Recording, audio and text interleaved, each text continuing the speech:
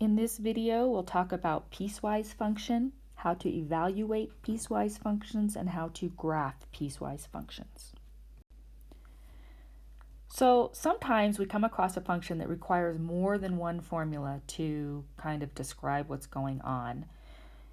For example, we talked about the absolute value function in the video about the toolkit functions, but an absolute value function, f of x, is actually y equals x if x is greater than or equal to 0. That's this portion of the graph, including 0.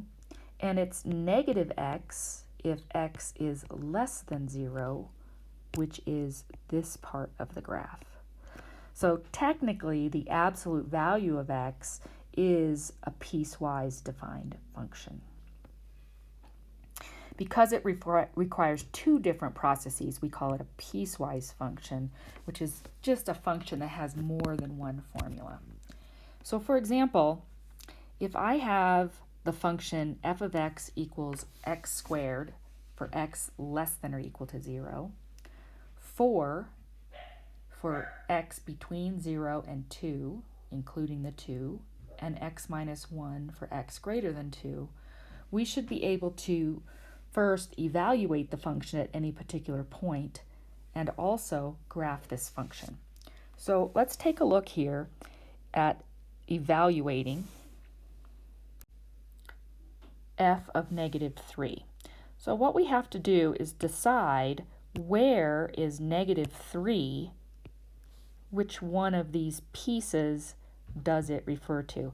So negative 3 is less than 0, right here. So we're going to plug negative 3 into the first part of the function, negative 3 squared, or 9. For our next one, f of 0, we notice that it's the same function. Now, you might be confused whether it was the first function or the second function, but notice that 0 is included here. So 0 squared equals 0. F of 1 is our next one. 1 is between 0 and 2 in here, so our function value is just 4. And f of 5 is going to be greater than 2. 5 is greater than 2, so we're going to do 5 minus 1, which is also 4.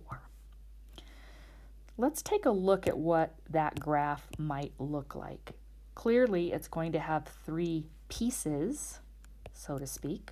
1, 2, 3, 4, 5, 6, 7, 8, 9. I'm going up to 9 or 10 because I know that one of my function values is 9.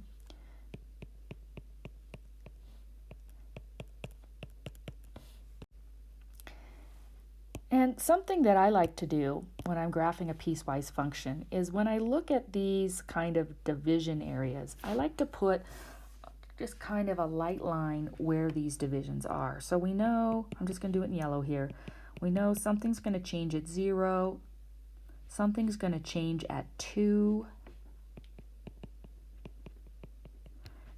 and then greater than 2. So just 3 different pieces, one on the left of that, of the x-axis, the y-axis, one between 0 and 2, and one after 2. Okay, so let's take a look. When we look at this first piece, y equals x squared. Well, this is one of our toolkit functions. It's a parabola, but I only want that parabola if x is less than or equal to 0. So I'm only going to draw the left-hand side of this. Alternately, you could plug in values, but only left of 0. So 0, 0, negative 1, 1, negative 2, 4.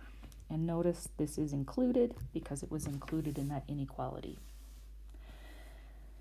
Y equals 4, our second one, is just a horizontal line at 4. 1, 2, 3, 4. from 0 up to 2, and the 2 is included.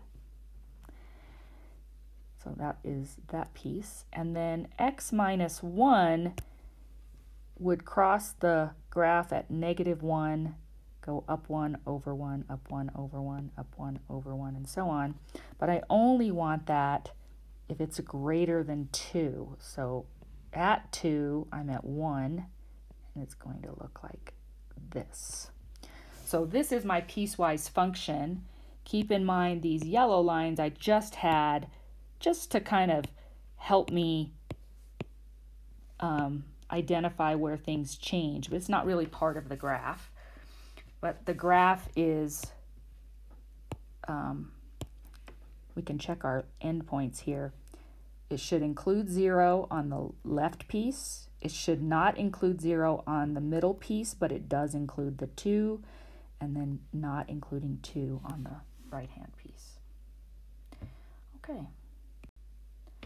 So let's see if we can graph these piecewise functions. I'd like you to take a moment to do that. Actually, this one is the one that we just did.